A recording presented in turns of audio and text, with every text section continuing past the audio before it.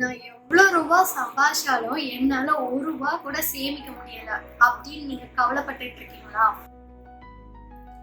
நீங்க குறைஞ்சபட்சம் ஒரு 15,000 சம்பாதிக்கிறக்கூடிய நபராக இருந்தாலும் சரி, இல்ல நான் ஒரு 50,000 சம்பாதிக்கிறேன் அப்படின்னு இருக்கக்கூடிய நபராக இருந்தாலும் சரி, இந்த வீடியோ உங்களுக்கு தான். 15,000 ரூபாயில இருந்து 50,000 வரை சம்பாதிக்கக்கூடியவங்க எப்படி உங்களோட சம்பளத்தை பட்ஜெட் போட்டு செலவு செஞ்சு சேமிக்கலாம், அதுக்கான டிப்ஸ் தான் இந்த வீடியோல நான் உங்களுக்கு சொல்ல போறேன். ஏன் நம்ம பட்ஜெட் போட்டு செலவு பண்ணணும் அப்படின்னு சில பேர் கேட்கலாம். நம்ம வீட்டுல இருக்கிற பெரியவங்க எல்லாமே சொல்லுவாங்க, வரவுக்கு மீறி செலவு செய்யாத அப்படின்னு சொல்லிட்டு. ஆனா நாம இப்ப இருக்கிற இந்த காலகட்டத்துல எப்படி செலவு செய்யறோம்? இஎம்ஐ, லோன், கிரெடிட் கார்ட்ஸ் எல்லாமே முன்னாடியே நம்ம காசை வாங்கிடுறோம். அதுக்கப்புறம் நம்ம சம்பளம் வரவும் எல்லாத்துக்குமே செட்டில்மெண்ட் பண்றோம். இப்படி நம்ம கடனுக்குள்ள இருந்தோம்னா நம்மளோட ஃபியூச்சருக்குன்னு சொல்லி நம்ம எந்த ஒரு சேவிங்ஸுமே பண்ண முடியாது. ஸோ எந்தெந்த செலவுக்கு எவ்வளவு ரூபா ஒதுக்கணும் அப்படின்றதுதான் நான் உங்களுக்கு சொல்ல போறேன். உதாரணத்துக்கு நீங்க ஒரு 50,000 சம்பாதிக்கிற ஒரு நபராக இருந்தா உங்க கைக்கு 40,000 எல்லா பிடிச்சது போக ஒரு 40,000 ரூபாய் வருது அப்படின்னா நீங்க எல்லா செலவையும் செஞ்சுட்டு ஒரு 5,000 ரூபாய் சேவ் பண்றீங்க. அப்பாடா நான் 5,000 ரூபாய் சேவ் பண்றேன் அப்படின்னு நீங்க சந்தோஷமா இருக்கலாம். ஆனா இதை விட நீங்க பட்ஜெட் போட்டு செலவு பண்றப்ப இதை விட இன்னும் அதிகமா உங்களால சேவிங்ஸ் பண்ண முடியும். அது எப்படின்னு கேக்குறீங்களா? அத பத்தி இப்ப டீடைல்ஸா பார்க்கலாம் வாங்க. உதாரணமா இப்ப நான் ஒரு 50,000 சம்பாதிக்கிறேன், ஓகேவா? சோ 50,000 சம்பாதிக்கிறேன், ஆனா என் கைக்கு 40,000 ரூபாய் வருது. அந்த 40,000த்தை நான் பட்ஜெட் போட போறேன் அப்படின்னா நான் எப்படி போடணும்னா, பட்ஜெட்டோட ஃபார்முலா என்னன்னு பாத்தீங்கன்னா 50, 30, 20. நீங்க இன்னைக்கு ஒரு 15,000 சம்பாதிச்சாலும் சரி, 50,000 சம்பாதிச்சாலும் சரி, இல்ல நாளைக்கு நீங்க ஃபியூச்சர்ல 1 லட்சம் 2 லட்சம் எவ்வளவு சம்பாதிச்சாலும் சரி, இதுதான் பட்ஜெட்கான ஃபார்முலா. 50% வேணும் அப்படின்ற இருக்கக்கூடிய செலவுகள், கட்டாயம் எனக்கு இது வேணும்னு நினைக்கிற செலவுகளுக்கு 50% நம்ம ஒதுக்கணும். ரெண்டாவதாக எனக்கு தேவை அப்படின்னு சொல்லி நம்ம இருக்கோம் பாத்தீங்களா, எனக்கு இது தேவை அப்படின்னு சொல்ற செலவுகளுக்கு ஒரு 30% நீங்க ஒதுக்கணும். மீதம் இருக்கிற 20% நீங்க சேவ் பண்ணணும். இப்ப நான் ஃபர்ஸ்டே சொன்ன மாதிரி நான் ஒரு 50,000 வாங்குறேன், என் கைக்கு 40,000 வருது அப்படின்றப்ப நான் ஒரு 20,000 என்னோட வேணும் கட்டாய செலவுகளுக்கு நான் ஒதுக்குறேன். அதுக்கப்புறம் மீத இருக்கிற நான் 20,000த்துல என்னோட தேவைக்குன்னு சொல்லி ஒரு 12,000 நான் ஒதுக்குறேன். அதுக்கப்புறம் மீத இருக்கிற அந்த 8,000 ரூபாய் தான் என்னோட சேவிங்ஸ்க்கான அமௌண்ட். இப்ப நான் சொல்ற கட்டாயம் அப்படின்னு சொல்லி நம்ம 50% ஒதுக்குறோம்ல, அது எது இருக்கு அப்படின்னு நீங்க யோசிக்கலாம். நீங்க இப்போ ஒரு ரெண்டல் ஹவுஸ்ல இருக்கலாம், இல்ல ஒரு ஹாஸ்டல்ல இருக்கலாம். நீங்க இருக்கிற அகாமடேஷனுக்குன்னு சொல்லி ஒரு அமௌண்ட் நம்ம ஒதுக்கணும். போயிட்டு ஆஃபீஸ்க்கு போயிட்டு வர்றதுக்கு பெட்ரோல் செலவு இருக்கலாம், இல்ல பஸ் ஃபேர் இருக்கலாம், ஏதோ ஒரு செலவு இருக்கும், போக்குவரத்து செலவுன்னு சொல்லிட்டு அந்த இது. அதுக்கப்புறம் உங்களோட food, accommodation, food and travel, இது மூணுமே உங்களால எப்பயுமே தவிர்க்க முடியாத செலவுகள். இந்த மூணும் தான் உங்களோட கட்டாய செலவுகள்.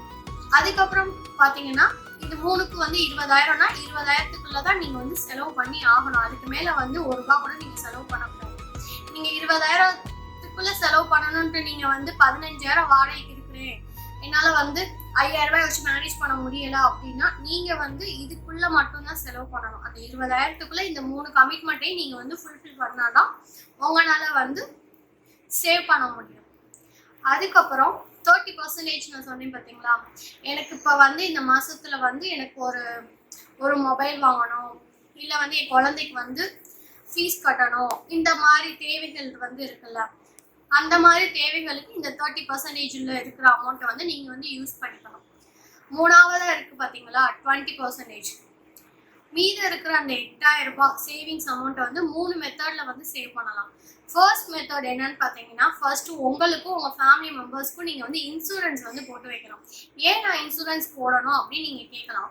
இன்சூரன்ஸ்ன்றது வந்து நீங்க நம்மளுக்கு வந்து திடீர்னு ஏதோ ஒன்று ஆனாலும் நம்மளுக்கு அது மூலமா வந்து நீங்க என்னதான் லட்சக்கணக்கில் சேவ் பண்ணாலும் அது வந்து உங்களுக்கு வந்து நீங்க இன்னைக்கு போற சின்ன அமௌண்ட்னால உங்களுக்கு வந்து ஷார்ட் டைம்ல வந்து ஒரு நல்ல கோடிக்கணக்கில் வந்து உங்களுக்கு வந்து அமௌண்ட்ஸ் வந்து கிடைக்கும். ஸோ 2 இன்சூரன்ஸ் வந்து நாங்கள் உங்களுக்கு வந்து சஜஸ்ட் பண்ணுவோம். ஒன்று வந்து டேர்ம் இன்சூரன்ஸ், இன்னொன்று வந்து ஹெல்த் இன்சூரன்ஸ். டேர்ம் இன்சூரன்ஸ்க்கு 700 ரூபாய் வரைக்கும், ஹெல்த் இன்சூரன்ஸ்க்கு 1300 ரூபாய் வரைக்கும் ஸ்பெண்ட் பண்ணலாம். ஓகேவா? அப்போ டோட்டலாக வந்து 2000 ரூபாய். டேர்ம் இன்சூரன்ஸை பொறுத்தளவு நம்மளுக்கு வந்து 1 கோடி ரூபாய் வரை நம்மளுக்கு வந்து ரிட்டர்ன்ஸ் கிடைக்கிறதுக்கு அதிக சான்சஸ் இருக்கு. அதே போல் ஹெல்த் இன்சூரன்ஸ் பொறுத்தளவு 2 கோடி ரூபாய் வந்து நம்மளுக்கு வந்து கிடைக்கும். இந்த 2 இன்சூரன்ஸ்க்குமே வந்து 51+ இன்சூரன்ஸ் கம்பெனிஸ் வந்து இருக்கு. ஸோ உங்களுக்கு வந்து நீங்க வந்து எந்த மாதிரி இன்சூரன்ஸ் வந்து வேணும்ன்றத வந்து நீங்க பார்த்து வந்து சூஸ் பண்ணிக்கோங்க. அதுக்கப்புறம் வந்து 2 இன்சூரன்ஸ்க்குமே வந்து இப்போ டேர்ம் இன்சூரன்ஸ் நீங்க எடுக்க போறீங்க அப்படின்னா உங்களுக்கு கண்டிப்பா 15% வரை டிஸ்கவுண்ட்ஸ் வந்து தராங்க. அதே போல ஹெல்த் இன்சூரன்ஸ் நீங்க எடுக்க போறீங்கன்னா உங்களுக்கு வந்து 25% வரை டிஸ்கவுண்ட்ஸ் தராங்க. ஸோ இந்த மாதிரி இருக்கிற கம்பெனிஸ் என்ன, இன்சூரன்ஸ் கம்பெனி என்ன, அவங்களோட ரிவ்யூஸ் இந்த மாதிரி எல்லாமே பார்த்து நீங்கள் உங்களுக்கு பிடிச்சதுல வந்து நீங்கள் போட்டு ஃபியூச்சரை வந்து சேவ் பண்ணிக்கோங்க. இப்போ 2000 ரூபாய், 8000 ரூபாயில் வந்து 2000 ரூபாய் வந்து நான் வந்து இன்சூரன்ஸ்க்கு வந்து நான் எடுத்துட்டேன். ரிமைனிங் வந்து எனக்கு இருக்கிறது வந்து 6000 ரூபாய் இருக்கு. இந்த 6000 ரூபாயில் வந்து நான் நெக்ஸ்ட் என்ன பண்ண போறேன் அப்படின்னு நீங்க யோசிக்கிறீங்களா? எமர்ஜென்சி ஃபண்டுன்னு சொல்லி ஒரு 2000 ரூபாய் வந்து ஒதுக்குறோம். அது எதுக்கு அப்படின்னு கேட்டீங்கன்னா, இப்போ நீங்க ஒர்க் பண்ணிட்டு இருக்கீங்க, அந்த ஒர்க் வந்து பெர்மனண்டா என்னன்றது தெரியாது. ஸோ இல்லை உங்களுக்கு ஒரு ஹெல்த் இஷ்யூஸ் ஆகலாம், உங்களால ஒர்க் பண்ண முடியாம போகலாம். ஒரு கிட்டத்தட்ட ஒரு 1 to 6 months கிட்ட வந்து நீங்க கண்டிப்பா வந்து பிரேக் எடுக்கிற மாதிரி ஒரு சுச்சுவேஷன் வந்து ஃபியூச்சர்ல வந்து வரலாம். ஸோ உங்களோட இப்ப இருக்கிற அந்த நீட்ஸுக்கான பெர்சன்டேஜ் வந்து எவ்வளோ, அந்த 20,000 ரூபாய், அந்த அமௌண்ட் வந்து இன்ட்டு 6 months நீங்க கால்குலேட் பண்ணீங்கன்னா 1,20,000 ரூபாய் வந்து வரும். ஸோ இது இல்லாம உங்களால கண்டிப்பா இருக்க முடியாது. வாடகை இல்லாம இருக்க முடியாது, போக்குவரத்து செலவு இல்லாம இருக்க முடியாது, சாப்பாடு இல்லாம இருக்க முடியாது. அப்ப எமர்ஜென்சி ஃபண்டுன்னு பாக்குறப்ப நீங்க வந்து அதுல ஒரு 2000 ரூபாய் 2000 ரூபான்னு சொல்லி உங்க பேங்க் அக்கௌண்ட்ல நீங்க வந்து சேவ் பண்ணி வச்சீங்கன்னா ஒரு 5 வருஷத்துக்குள்ள உங்களால வந்து 1,20,000 ரூபாய் வந்து கண்டிப்பா வந்து சேவ் பண்ணிட முடியும். ஸோ ஒரு 5 வருஷம் கழிச்சு உங்களுக்கு வந்து ஒரு வேலை இல்லை, ஆனா வந்து எனக்கு வந்து ஒரு 1 to 6 months வந்து எனக்கு அடுத்த வேலையை தேடுறதுக்கு டைம் தேவைப்படுது, இல்லை ஹெல்த் இஷ்யூனால வந்து ஒரு 1 to 6 months வந்து நான் வந்து பிரேக் எடுக்கிறேன் அப்படின்னு சுச்சுவேஷன் வரப்ப உங்களோட நீட்ஸுக்கான செலவை வந்து நீங்க யாருக்கிட்டையும் வந்து ஹெல்ப் கேட்காம நீங்களே வந்து ஷார்ட் அவுட் பண்ணிக்க முடியும். அதுக்கப்புறம் மீதமுள்ள அந்த 4000 ரூபாய் வந்து எதுக்காக நீங்க ஸ்பெண்ட் பண்ணணும்னு பாத்தீங்கன்னா எஸ்ஐபி. ஸோ இப்போலாம் வந்து எஸ்ஐபியில் வந்து நீங்கள் வந்து போட்டிங்கன்னா 12% வரை வந்து உங்களுக்கு வந்து ரிட்டர்ன்ஸ் வந்து கிடைக்குது, இன்ட்ரெஸ்ட். ஸோ இப்போ ஃபார் எக்ஸாம்பிள் நீங்கள் ஒரு 4000 ரூபாயை வந்து ஒரு 10 வருஷத்துக்கு வந்து நீங்கள் போடுறீங்கன்னா உங்களுக்கு ரிட்டர்ன்ஸ் வந்து 10 லட்சம் ரூபாய் வந்து கிடைக்கும். இதே மாதிரி நீங்கள் வந்து உங்களோட சேவிங்ஸை வந்து நீங்கள் கூட்டிகிட்டு போகிறப்ப ரிட்டர்ன்ஸ் வந்து உங்களுக்கு வந்து அதிகம் கிடைக்கும். உங்களோட சேலரி வந்து இன்னைக்கு வந்து கைக்கு வர்றது 40,000 ரூபாய் இருக்கலாம், அது வந்து ஃபியூச்சர்ல வந்து மாறிக்கிட்டே இருக்கிறப்ப இதே ஃபார்முலா மெத்தட் தான் 50-30-20. இந்த மெத்தட்ல வந்து நீங்க உங்களோட பட்ஜெட்டை வந்து ப்ரீ பிளான் பண்ணி நீங்க செலவு செஞ்சு சேவ் பண்ணீங்கன்னா உங்களோட கோலை வந்து அச்சீவ் பண்ண முடியும்.